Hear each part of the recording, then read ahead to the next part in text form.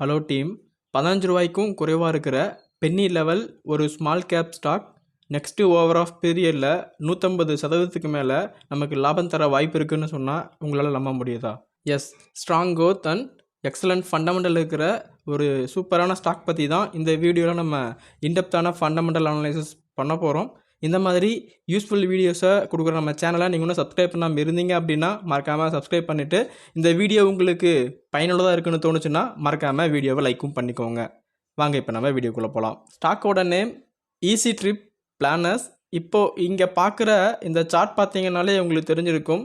அவங்க கரண்ட் லெவலான கிட்டத்தட்ட 36 அப்படிங்கிற லெவலிருந்து கரண்ட்டாக 12 அப்படிங்கிற லெவலுக்கு ஸ்டாக் வந்திருக்கு. கிட்டத்தட்ட 66% வந்துட்டு அதோட பீக்லேருந்து நல்ல ஒரு கரெக்ஷன். திரும்ப அந்த பழைய லெவலுக்கு போகணும் அப்படின்னா அரவுண்ட் 200% வந்துட்டு மொமெண்டம் கொடுக்கணும். ஸோ நமக்கு மினிமம் ஒரு 150%க்கு மேலே போகிறதுக்கான வாய்ப்புகள் இருக்குது. அதுக்கான காரணங்கள் என்ன, அவங்க என்னென்ன பிஸ்னஸ் பண்ணிகிட்ருக்காங்க அப்படிங்கிறத பற்றி தான் இந்த வீடியோவில் நம்ம தெரிஞ்சுக்க போகிறோம். அதன் அடிப்படையில் இந்த ஸ்டாக் வந்துட்டு இந்த அளவுக்கு கரெக்ஷனாக இருக்கிற காரணம் என்ன, அந்த ஸ்டாக்கோட ஃப்யூச்சர் எப்படி இருக்க போகுது, இந்த ஸ்டாக்கோட ஃபண்டமெண்டல் அனலைசிஸ் என்ன, ஃபினான்ஷியல் அனலைசிஸ் என்ன, லாஸ்ட்டாக நம்ம ஃபாலோ பண்ணிகிட்ருக்க ஹார்மோனிக் அனலைசிஸில் நம்ம எந்த லெவலில் ஃபோக்கஸ் பண்ணலாங்கிறத டீட்டெயில்டாக நம்ம பார்க்க போகிறோம். வீடியோ பயனுள்ளதாக இருக்கும், ஸ்கிப் பண்ணாமல் ஃபுல்லாக பார்க்க ட்ரை பண்ணுங்கள்.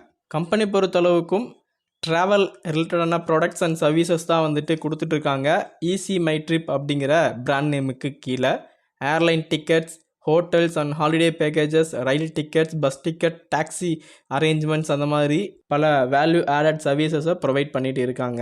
அதே சமயத்தில் travel insurance, visa processing, tickets for activities and அட்ராக்ஷனுங்கிற மாதிரி ஏகப்பட்ட சர்வீசஸ் வந்துட்டு கொடுத்துட்ருக்காங்க. கரண்ட் சுச்சுவேஷனில் இந்தியாவில் இவங்க தான் செகண்ட் பொசிஷனை ஹோல்டு பண்ணுறாங்க. ஒரு ஃபாஸ்ட் க்ரோயிங் கம்பெனியாக இருக்காங்க ஆன்லைன் ட்ராவல் போர்ட்டலில். இந்த மாதிரி கம்பெனிகள் சீக்கிரமாக க்ரோ ஆகணும் அப்படின்னா அவங்களோட ஏஜென்ட் நெட்வொர்க் வந்துட்டு ரொம்ப ஸ்ட்ராங்காக பில்டு பண்ணியிருக்கணும். இந்த ஸ்டாக்கை இவ்வளோ குயிக்காக செகண்ட் பொசிஷனை ஹோல்டு பண்ணுறதுக்கு வந்துட்டு ஆல் ஓவர் வேர்ல்டில் இவங்களுக்கு 60,000க்கும் மேற்பட்ட ஏஜென்ட் நெட்வொர்க் அப்படிங்கிறது செயல்பட்டுருக்கு. இந்த அளவுக்கு பாசிட்டிவ் மொமெண்ட்டில் இருக்கிற ஸ்டாக் ஏன் இந்த அளவுக்கு இறங்கியிருக்குன்னா அதுக்கு 3 முக்கியமான காரணங்கள் இருக்குது. ஒன்று, காம்படிஷன் மார்க்கெட். ஸோ இந்த ஆன்லைன் சர்வீசஸில் ஏகப்பட்ட கம்பெனிஸ் இருக்குது. இருந்தாலும் அது கூட போட்டி போட்டு அவங்க 2வது இடத்துக்கு வந்தாலும் மார்க்கெட் எக்ஸ்பேன்ஷன் அப்படிங்கிறது தேவைப்படும்ல. இப்போ வந்துட்டு ஒரு பிஸ்னஸ் இருக்குது, அந்த பிஸ்னஸை ஒரே இடத்துல வச்சுருந்தா கண்டிப்பாக அதில் காம்படிஷன் உருவாகும்போது ஆட்டோமேட்டிக்காக அது ஒரு பின்னடைவை சந்திக்க நேரிடும். ஓகேங்களா? அதனால் அவங்க ஹோட்டல் பிஸ்னஸ்லேருந்து ஏர்லைன் பிஸ்னஸ்லேருந்து ட்ரெயின் டிக்கெட் பிஸ்னஸ், இந்த மாதிரி அவங்களோட பிஸ்னஸ் எக்ஸ்பேன்ஷனுக்காக என்ன பண்ணியிருக்காங்க அப்படின்னா அவங்களோட ப்ரொமோட்டர் ஸ்டேக்கை கொஞ்சம் லிக்விடேட் பண்ணிட்டாங்க. அந்த லிக்விடேஷனால் வந்துட்டு மார்க்கெட்டில் ஃபஸ்ட்டு கிராஷ் அப்படிங்கிறது நடந்துச்சு. தென் அடுத்ததாக சில ரூமர்ஸ்னு பார்க்கும்போது இப்போ கூட ரீசெண்டாக வந்துட்டு சில ஆன்லைன் பெட்டிங் கேம்ஸுக்கு வந்துட்டு இவங்க சில ஃபண்ட்ஸை ப்ரொவைட் பண்ணுறாங்க, அது மூலமாக வந்துட்டு அவங்க ஆன்லைன் பெட்டிங் நடத்துகிறாங்க அப்படிங்கிற ஒரு சர்ச்சையில் மாட்டினாங்க. அதில் வந்துட்டு ஒரே நாளில் கிட்டத்தட்ட 15% மேலே இறக்கம் அப்படிங்கிறத கொடுத்தாங்க. தென் அதுக்கப்புறமா நடந்த விசாரணையில் இவங்க மேலே எந்த மிஸ்டேக்கும் இல்லை அப்படிங்கிறது நிரூபணமும் ஆகிருக்கு. இந்த மாதிரி ஏகப்பட்ட நியூஸ்னால கரெக்ஷன் ஆகிட்டு நல்ல லெவலில் இருக்கிற இந்த ஸ்டாக்கை நம்ம எந்த லெவலில் கன்சிடர் பண்ணலாம் அப்படிங்கிறத பற்றி தான் அடுத்தடுத்து நம்ம வரப்போகிற அனலைசிஸில் தெரிஞ்சுக்க போகிறோம். அடுத்ததாக இவங்களோட ரெவென்யூ பிரேக்கப். பேசிக்காக இவங்க ஸ்டார்ட் பண்ணது ஏர்லைன் பேக்கேஜில் தான். ஸோ அந்த ஏர்லைன் பாசேஜில் கிட்டத்தட்ட 99% ரெவென்யூவை ஹோல்டு பண்ணுறாங்க. தென் அதுக்கப்புறமா இவங்களோட ஹோட்டல் பிஸ்னஸில் 0.24 ஆகவும், அதர் சர்வீசஸ் இன்க்ளூட் வந்துட்டு rail ticket, bus ticket, taxi rental, இதெல்லாம் சேர்த்து தான் வந்துட்டு 0.21% இருக்குது. ஸோ இவங்களோட என்டையர் மார்க்கெட்டும் வந்துட்டு ஏர்லைன் பிஸ்னஸை நம்பி மட்டும்தான் இருக்குது. ஸோ இது இந்த இடத்துல ஒரு சின்ன நெகட்டிவாக இருக்கும். இருந்தாலும் இவங்க ஹோட்டலில் இப்போதைக்கு எக்ஸ்பேண்ட் பண்ணியிருக்காங்க. ரயில் டிக்கெட், பஸ் டிக்கெட், இந்த மாதிரி அதர் பிளாட்ஃபார்ம்ஸ்லேயே இவங்களோட பிஸ்னஸை டைவர்சிஃபை பண்ணியிருக்கிறனால ஓவர் ஆஃப் பீரியடில் இந்த சேவைகளும் வளரும்போது இவங்களோட ரெவன்யூ பேக்கேஜ் டைவர்சிஃபை ஆகும். அப்போது ரெவன்யூ க்ரோத் இன்னமும் ஸ்ட்ராங்காக இருக்கான சான்சஸ் நிறையவே இருக்குது. ஸோ ரெவன்யூ டைவர்சிஃபை ஆகிட்டு இருக்குது. ஸோ க்ரோத் எந்த அளவுக்கு இருக்குன்னு நம்ம தெரிஞ்சுக்கணும். அதில் இந்த வேல்யூஷன் பார்த்தா அவங்களுக்கு புரியும். லாஸ்ட்டு 5 இயர்ஸோட டேட்டாவை இப்போ நீங்கள் பார்த்துட்ருக்கீங்க. இதில் ஏர்னிங் பர் ஷேர் வித் இந்த ப்ளூ லைன் பார்த்தீங்க அப்படின்னா ப்ரைஸ் ஏர்னிங். ஸோ இதோட ரேஷியோ வச்சு தான் நம்ம ஒரு ஸ்டாக் எந்த அளவுக்கு ப்ராஃபிட்டபுளாக இருக்குது அப்படிங்கிறத பற்றி நம்ம தெரிஞ்சுக்க முடியும். அந்த வகையாக பார்க்கும்போது க்ரோத்தும் வந்து நல்லாவே இம்ப்ரூவ் ஆகிருக்கு. லாஸ்ட் 2 குவார்ட்டர்ஸாக வந்துட்டு ஒரு சின்ன டிக்ளைன் தெரியுது. இருந்தாலும் ப்ரைஸ் ஏர்னிங்கில் வந்துட்டு ஹியூஜ் இம்ப்ரூவ்மெண்ட் அப்படிங்கிறது நடந்திருக்கு. ஸோ நல்ல ஒரு கரெக்ஷன் அப்படிங்கிறது ப்ரைஸ் ஏர்னிங்கில் வந்துருக்கு. கரண்ட்டாக 27.5ங்கிற ரேஞ்சில் ப்ரைஸ் ஏர்னிங் இருக்குது. ஸ்டாக்கோட மீடியன் பிஇ பார்த்தீங்க அப்படின்னா கிட்டத்தட்ட 55.9 இருக்குது. ஸோ எக்ஸலண்ட்டான லெவலில் இப்போதைக்கு ஸ்டாக் அப்படிங்கிறது மெயின்டைன் ஆகிட்டு இருக்கு. தென் இவங்களோட குவார்டர் ஆன் குவார்டர் பர்ஃபார்மன்ஸ் நீங்கள் பார்த்தீங்கன்னா இன்னமும் சில ஐடியாஸ் கிடைக்கும். இவங்களோட சேல்ஸ் ரிப்போர்ட் பாருங்களேன். டிசம்பர் 2021 ஸ்டார்ட் ஆகிட்டு கரண்ட்டாக டிசம்பர் 2024 வரைக்கும் ஒரு எக்ஸலண்ட் மொமெண்டம் அப்படிங்கிறது நடந்திருக்கு. இடையில இந்த டிசம்பர் 2023 தென் மார்ச் 2024 இவங்க பீக் லெவலில் இருந்திருக்காங்க. தென் அதுக்கப்புறமா ஒரு சின்ன ஒரு கரெக்ஷன் அப்படிங்கிறதும் வந்திருக்கு. ஆனால் அந்த கரெக்ஷனை வந்துட்டு கன்சாலிடேட்டடாக வந்துட்டு 100 கோரில் மெயினாக ஆகிட்டு இருக்கு. ஓகேங்களா. தென் பெரிதளவுக்கு இந்த மாதிரி கம்பெனிகளுக்கு வந்துட்டு எக்ஸ்பென்சஸ் செலவாக போகிறதில்ல. அதனால் ஆப்ரேட்டிங் ப்ராஃபிட் வந்துட்டு ரொம்ப ஹியூஜாக இம்ப்ரூவ் ஆகிட்டு இருக்கு. ஒரு ஸ்டாக்குக்கு ரொம்ப இம்பார்ட்டன்ட் வந்துட்டு அதோட operating profit margin. So operating profit margin பொறுத்தளவுக்கும் கம்பெனி கரெக்டாக வந்துட்டு கிட்டத்தட்ட 40% வந்துட்டு மெயின்டைன் பண்ணிட்டு இருக்காங்க. அப்போது ஒரு 100 ரூபா நம்ம அதில் இன்வெஸ்ட் பண்ணுறோம் அப்படின்னா அந்த காசை வச்சு அவங்க 139 ரூபா ஏர்னிங்ஸ் பண்ணுறாங்க, 39 ரூபா ப்ராஃபிட் பண்ணுறாங்க அப்படிங்கிறத நீங்கள் புரிஞ்சுக்கோங்க. அதே சமயம் நெட் ப்ராஃபிட்டில் பார்த்தீங்க அப்படின்னா மார்ச் 2024 நெகட்டிவ் ரிட்டர்ன் கொடுத்தாங்க. அங்கே தான் வந்துட்டு இந்த ஸ்டாக்குக்கு ஒரு பெரிய இறக்கம் அப்படிங்கிறது நம்ம சந்திக்க நேரிடுச்சு. ஸோ அதுக்கப்புறமா ஒரு புல் பேக் அப்படிங்கிறது கொடுத்துருக்காங்க. ஸோ அடுத்த குவார்ட்டரே 34% ப்ராஃபிட்டை ரெஜிஸ்டர் பண்ணாங்க. தென் அதுக்கு அடுத்தது இம்யூட்டட் பர்ஃபார்மன்ஸ், தென் இப்போ வந்துட்டு 34 அப்படிங்கிற மாதிரி சமன் பண்ணியிருக்காங்க. ஸோ நெட் ப்ராஃபிட்லேயும் வந்துட்டு கன்சாலிடேட்டடாக தான் மார்க்கெட் இருந்துகிட்ருக்கு இப்போ வரைக்குமே. அடுத்ததான் இந்த கம்பெனியோட P&L ஸ்டேட்மெண்ட் பார்த்தீங்கன்னா ரொம்ப இன்ட்ரெஸ்டிங்கான ஸ்டோரியாக இருக்கும். இன் பிட்வீன் ஸ்டார்டிங் ஸ்டேஜஸில் அவங்களோட சேல்ஸுக்கு நிகரான எக்ஸ்பென்சஸ் செலவு பண்ணியிருக்காங்க. இட் மீன்ஸ் அப்போ தான் வந்துட்டு அவங்க ஸ்டார்ட் ஆகுறாங்க, ஒரு ஸ்டார்ட் அப்பாக இருக்காங்க. அப்போ நிறைய அவங்களுக்கு அட்வர்டைஸ்மெண்ட் தேவைப்பட்டிருக்கும், எக்ஸ்பென்சஸ் வந்துட்டு அதிகமாக செலவு பண்ணுறவ இருந்திருக்கும். அந்த மாதிரி கஷ்டமான காலத்துலேயும் வந்துட்டு பாசிட்டிவான ரிசல்ட்டு தான் வந்துட்டு ரெஜிஸ்டர் பண்ணியிருக்காங்க. ஸோ அவங்க அட்வர்டைஸ்மெண்ட் பண்ணனால அவங்களுக்கு சேல்ஸும் நல்லா நடந்துச்சு. ஆனால் அந்த சேல்ஸ்னால் அவங்களுக்கு எந்த பெரிய ஒரு லாபமும் கிடைக்காம இருந்துச்சு. ஆனால் 3 வருஷம் அதே மாதிரி மியூட்டடாக தான் கஷ்டப்பட்டுருக்காங்க. தென் அதுக்கப்புறம் 2017 நீங்கள் பார்த்தீங்க அப்படின்னா அவங்களோட எக்ஸ்பென்சஸ் எந்தளவுக்கு குறைஞ்சிருக்காங்க அப்படிங்கிறத உங்களுக்கு பார்த்துருப்பீங்க. ஸோ இந்த லாஸ்ட்டு ஒரு 3 to 4 இயர்ஸ் பண்ண விளம்பரத்தினால அவங்களுக்கு கிடைச்ச ஃபேமை வச்சு அடுத்த பிஸ்னஸை நகர்த்த ஆரம்பித்தாங்க. ஸோ இப்போ வந்துட்டு பாதியாக 50% வந்துட்டு அந்த எக்ஸ்பென்சஸை குறைச்சிருக்காங்க. அதனால தான் அவங்க ஆப்ரேட்டிங் ப்ராஃபிட் மார்ஜினை வந்துட்டு 40% வந்து ரீச் பண்ண முடிஞ்சிருக்கு. ஸோ இதுதான் அவங்களோட சக்ஸஸ் ஸ்டோரியாக நான் பார்க்குறேன். அதனால தான் வந்துட்டு நெட் ப்ராஃபிட்டில் வெறும் 2 கோடியாக இருந்த பிஸ்னஸை கரண்ட்டாக கிட்டத்தட்ட 100 கோடிக்கு மேலே கொண்டு போயிருக்காங்க. இது பியூர் வந்துட்டு க்ரோத்து தான். அடுத்ததாக பேலன்ஸ் ஷீட்.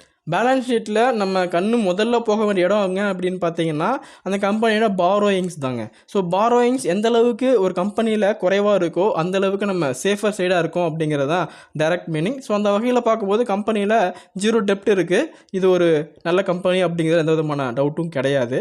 தென் செகண்டாக நம்ம எங்கே போகணும் அப்படின்னா அந்த கம்பெனி ரிசர்வ்ஸ். ஸோ எந்த அளவுக்கு அவங்க சேமிக்கிறாங்க அப்படிங்கிறத நம்ம பார்த்துக்கணும். ஸோ அந்த வகையில் பார்க்கும்போது இவங்களோட ஸ்டார்டிங் பீரியடில் வெறும் 5 கோடியில் ஸ்டார்ட் பண்ணியிருக்காங்க.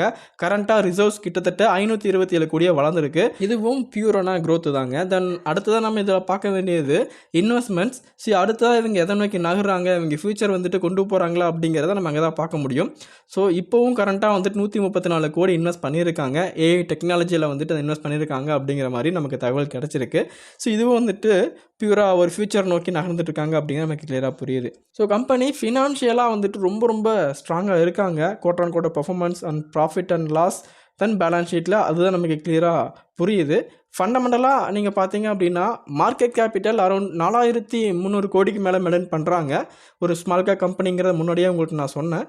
தென் இவங்களோட கரண்ட் லெவல் பாருங்கள், 50 வீக் லோ ரேஞ்ச் பாருங்கள், ஆல்மோஸ்ட் வந்துட்டு 50 வீக் லோ ரேஞ்சில் தான் இருக்குது. ஸ்டாக்கோட கரண்ட்டான ப்ரைஸ் ஏர்னிங் வந்துட்டு 27 நியர் ரேஞ்சில் இருக்குது. இண்டஸ்ட்ரி ஆவரேஜ் கிட்டத்தட்ட 51 இருக்குது. எந்த அளவுக்கு வந்துட்டு எக்ஸலண்ட் வேல்யூஷன்னு பாருங்கள். தென் ROCN ROE பர்ஃபார்மன்ஸ் ரொம்ப பர்ஃபெக்டாக மெயின்டைன் பண்ணுறாங்க. 43% ROCயும் 31% வந்துட்டு ROEயும் வந்துட்டு இப்போதைக்கு வச்சுருக்காங்க. டெப்ட் பொறுத்தளவுக்கு 0 அப்படிங்கிறது ஆல்ரெடி உங்களுக்கு நான் சொல்லியிருக்கேன். ப்ரைஸ் டு புக் வேல்யூ வந்துட்டு 6 times இருக்குது. இதுக்கான ரீசன் நம்ம பார்க்கலாம். தென் 50 வீக் ஹையிலிருந்து கிட்டத்தட்ட 50% வந்துட்டு லோவில் கிடைக்கிறாங்க.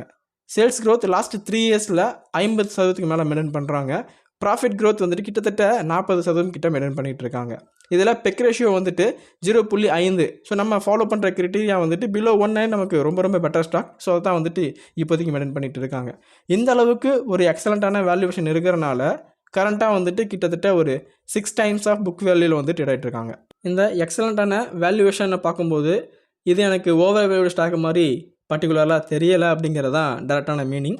இதுக்கான ரீசன் வந்துட்டு இந்த ஸ்டாக்கோட ஹார்மோனிக் அனாலிசிஸ் பார்த்தா உங்களுக்கு புரிய வரும். இந்த ஸ்டாக்கில் நம்ம 5 பாயிண்ட் பேட்டர்ன் ட்ராப் பண்ணியிருக்கோங்க.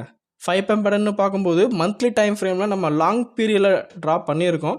ஸோ நம்ம லாங் பீரியடில் ஒரு எக்ஸலண்ட்டான சப்போர்ட்டில் ஸ்டாக் நின்றுருக்கு. ஓகேங்களா? ஸோ நீங்கள் பார்த்தீங்கன்னா நம்ம ஃபோக்கஸ் பண்ணுறது 11.82 அப்படிங்கிற லெவலில் இருந்து 13.25 அப்படிங்கிற ஜோனுக்குள்ளே தான். ஆல்மோஸ்ட் வந்துட்டு ஸ்டாக் அங்கே தான் நின்றுருக்காங்க. ஸோ நீங்கள் அக்குமுலேட் பண்ணணும். இந்த வீடியோஸ் நீங்கள் கோத்ரூ பண்ணிவிட்டு நீங்களும் அனலைஸ் பண்ணிவிட்டு நான் சொன்ன விஷயங்கள்லாம் உங்களுக்கு ஓகேவாக இருக்குன்னு ஃபீல் ஆகுது அப்படின்னா நீங்கள் கன்சிடர் பண்ணலான்னு முடிவு பண்ணுறீங்க அப்படின்னா எனக்கு தெரிஞ்சு இது ரைட் டைம் அப்படின்னு தான் சொல்லுவேன். ஓகேங்களா? தென் இவங்களோட ஷேர் ஹோல்டிங் பேட்டர்ன் இது ரொம்ப ரொம்ப முக்கியம். ஏன்னா இந்த கரெக்ஷனுக்கு ஒரு முக்கியமான காரணம் இதுவாக தான் இருந்திருக்கு. காரணம் பார்த்தீங்கன்னா ப்ரொமோட்டர்ஸ் ஹோல்டிங் வந்துட்டு 2022 டு 2023 வரைக்கும் பார்த்தீங்க அப்படின்னா ஆல்மோஸ்ட் மோர் தென் 70% ஹோல்டு பண்ணியிருந்திருக்காங்க. தென் செப்டம்பர் 2023 கொஞ்சம் லிக்விடேட் ஆகிருக்கு. தென் கரண்ட்டாக செப்டம்பர் மாதம் வந்துட்டு கொஞ்சம் லிக்விடேட் ஆகிருக்கு. இது காரணம் வந்துட்டு அவங்க பிஸ்னஸ் எக்ஸ்பேன்ஷனுக்காக வந்துட்டு இந்த லிக்விடேஷன் அப்படிங்கிறத பண்ணியிருக்காங்க. இதில் பார்த்தீங்கன்னா எஃப்ஐஐயோட இன்ட்ரெஸ்ட் வந்துட்டு ரீசெண்டாக நல்லாவே இம்ப்ரூவ் ஆகிருக்கு ஸ்டாக்கில். அதே சமயத்தில் டிஐஏஸும் வந்துட்டு அவங்க ஸ்டேக்கை பார்ஷியலாக இம்ப்ரூவ் பண்ணியிருக்காங்க. இது ரெண்டுமே good sign for the stock தான். ஓகேங்களா? ஸோ ஆல்சோ வந்துட்டு பப்ளிக் ஹோல்டிங்ஸும் இருக்குது. ஆனால் பப்ளிக் ஹோல்டிங்ஸ் வந்துட்டு குறைஞ்சிருக்கு ரீசெண்டாக. இது எல்லாமே இந்த ஸ்டாக்குக்கு ஒரு பாசிட்டிவ் மொமெண்டமாக தான் நான் பார்க்குறேன். என்டையராக வந்துட்டு இந்த ஸ்டாக்கை பற்றி என் பர்சனல் ஒப்பீனியன் பார்த்தீங்க அப்படின்னா ஒரு வெல் க்ரோயிங் ஒரு ஆன்லைன் சர்வீசஸ். ஓகேங்களா? ஸோ டெஃபினட்டாக நீங்கள் கோத்ரூ பண்ணிவிட்டு உங்களுக்கு இது ஓகேவாக இருக்குன்னு தோணுச்சுன்னா டெஃபினட்டாக நீங்கள் கன்சிடர் பண்ணி பாருங்கள். ஸோ யாரெல்லாம் இந்த ஸ்டாக்கை வந்துட்டு நீங்கள் அக்குமுலேட் பண்ண போகிறீங்க அப்படிங்கிறத மறக்காமல் கமெண்ட்டில் பதிவு பண்ணுங்கள். இந்த வீடியோ எந்த அளவுக்கு உங்களுக்கு பயனுள்ளதாக இருந்துச்சு அப்படிங்கிறதையும் மறக்காமல் கமெண்ட்டில் பதிவு பண்ணிட்டு போங்க. அது எனக்கு ரொம்ப ரொம்ப மோட்டிவேஷனாக இருக்கும். கண்டிப்பாக இந்த வீடியோ உங்களுக்கு பயனுள்ளதாக நம்பிக்கை எனக்கு இருக்குது. அப்படி பயனுள்ளதாக இருந்துச்சுன்னா உங்கள் ஃப்ரெண்ட்ஸ் அண்ட் ஃபேமிலிக்கு ஷேர் பண்ணுங்கள். மீண்டும் இன்ட்ரெஸ்டிங்கான வீடியோவில் பார்க்கலாம். நன்றி.